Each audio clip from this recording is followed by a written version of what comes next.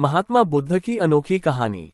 ये कहानी है गौतम बुद्ध की है। बात उन दिनों की है जब भगवान गौतम अपने शिष्यों के साथ गांव गांव जाकर लोगों को प्रवचन दिया करते थे। एक बार गौतम बुद्ध अपने शिष्य आनंद के साथ एक गांव से दूसरे गांव प्रवचन देने जा रहे थे। गर्मी का दिन था, धूप कड़ाके की थी। रास्ते पर चलते चलते काफी समय हो गया था और आनंद के मन में सवाल उठ रहा था कि आखिर गांव कब आएगा और वह कितना दूर है।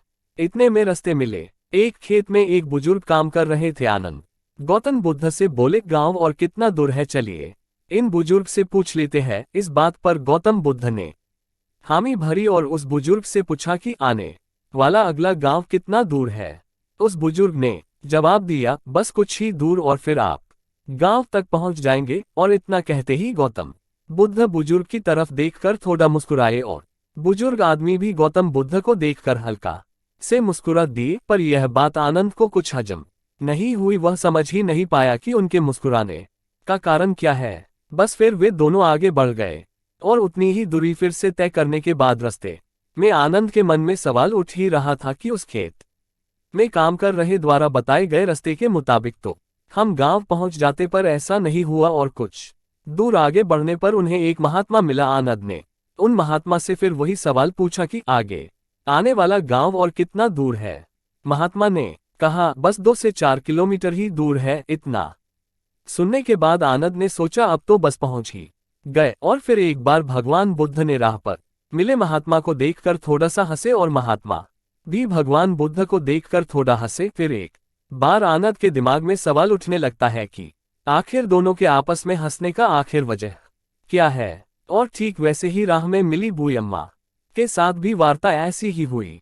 अब आनंद के सब्र का बांध टूटने लगा और कुछ दूर जाकर आनंद ने अपने कंधे पर उठाए सामान को जमीन पर पटकते हुए कहा, हे भगवान बुद्ध, वैसे तो आप कहते हैं कि बेवजह सवाल करना सही नहीं होता, पर फिर भी मेरे मन को एक सवाल काफी समय से खाए जा रहा है कि हम जिससे भी रास्ता पूछ रहे वह हमें बस थोड़ी दूर कहकर आगे बढ़ जा रहा और आप कभी उन्हें देखकर मुस्कुराते तो कभी उन्हें देखकर हंसते हैं। इस चीज को कृपया मुझे समझिए।